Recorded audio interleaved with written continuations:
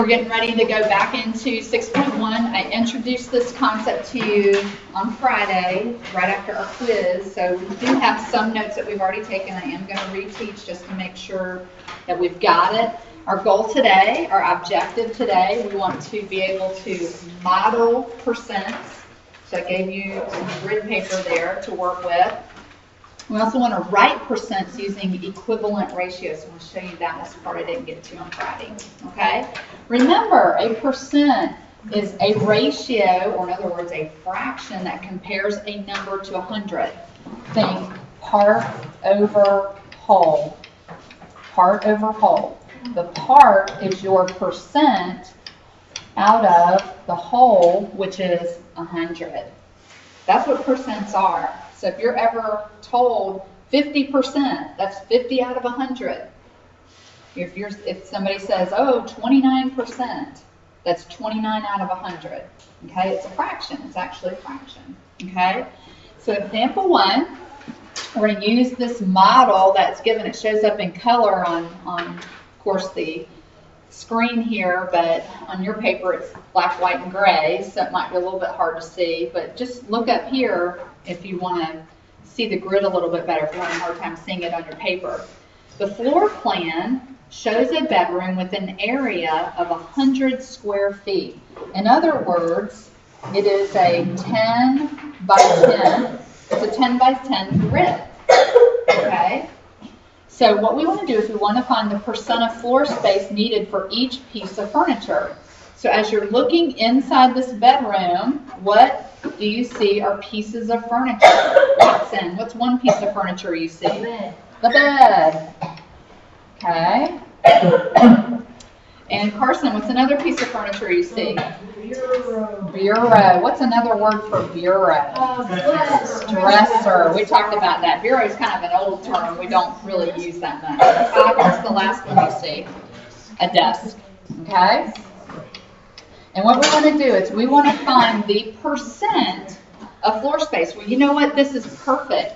Percent is based on 100, and we have 100 little squares here. And so whatever we count actually is the percentage. It's based out of 100. Okay, so let's start with the bed. How many boxes do you see here in all? 48. So you see 4 across the top, so every column, there are 4 columns here.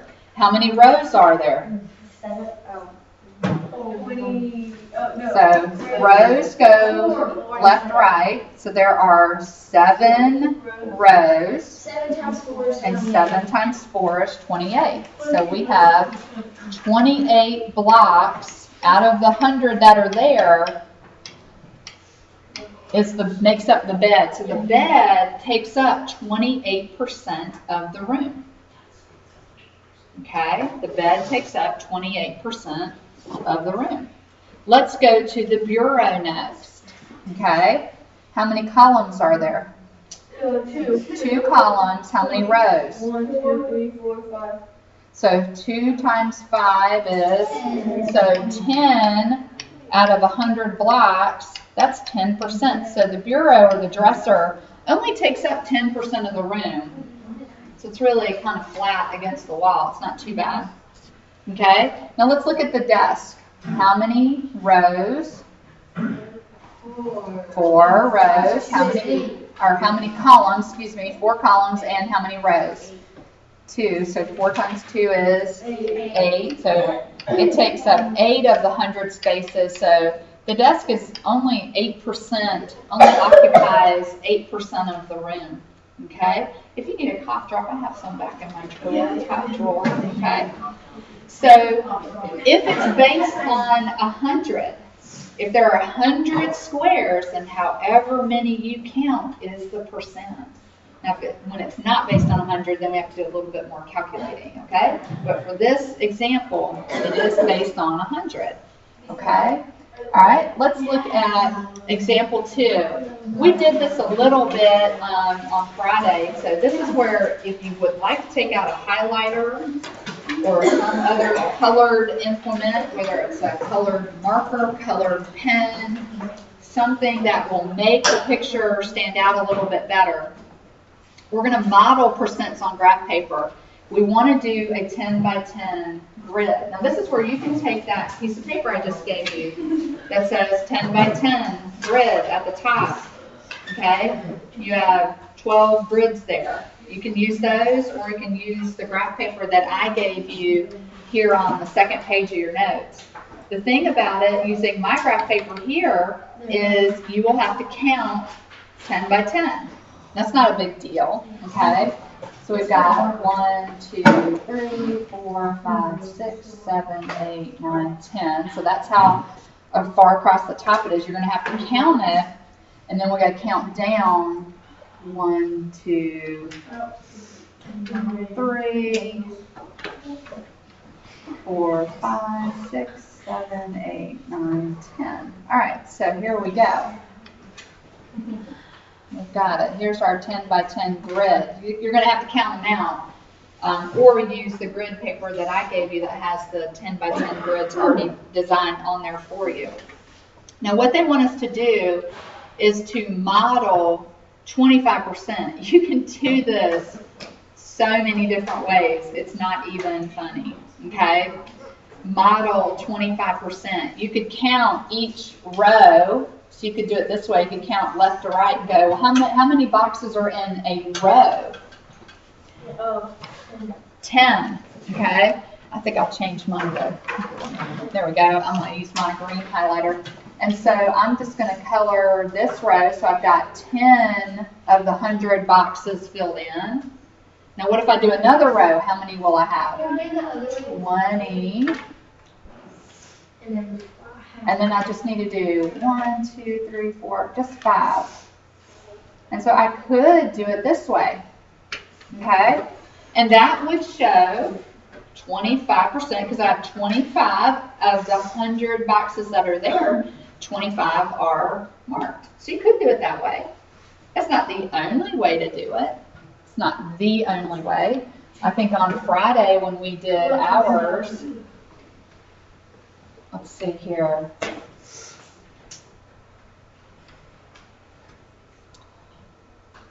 I think we did on Friday, didn't we go columns? So instead of going side to side rows, we did columns. And so we know that one column has 10 boxes in it. We could do 2 columns. That's 20 boxes. And then 5 of the next.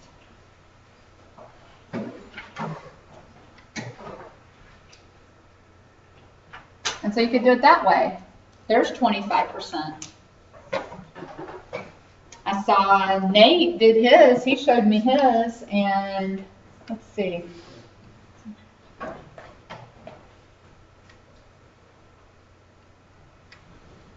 And he actually split his grid into fourths.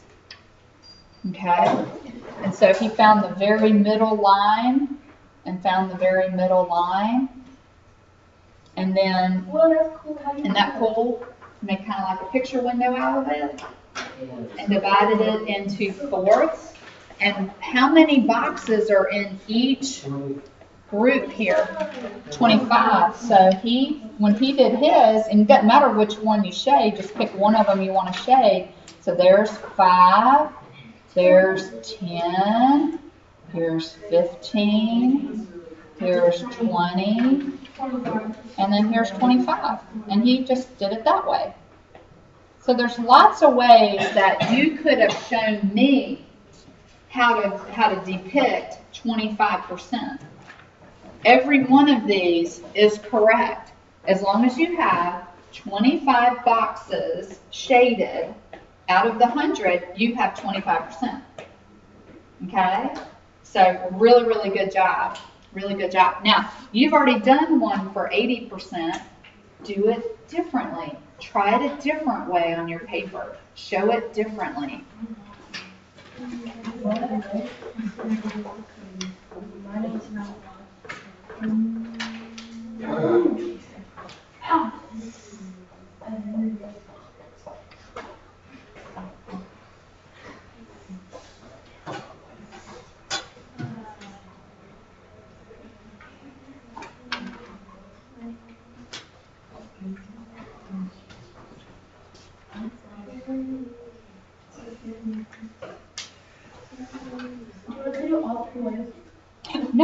No, just find just one other way to do it. No, not at all. You don't have to do it 3 different ways.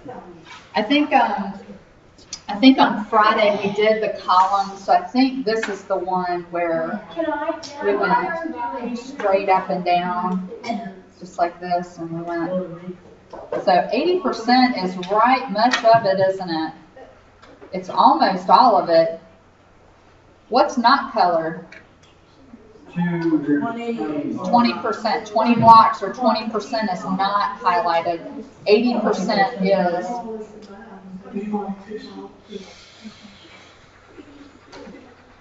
Okay. So here's one way that we did, I think that's what we did on Friday. Does it have to be up and down?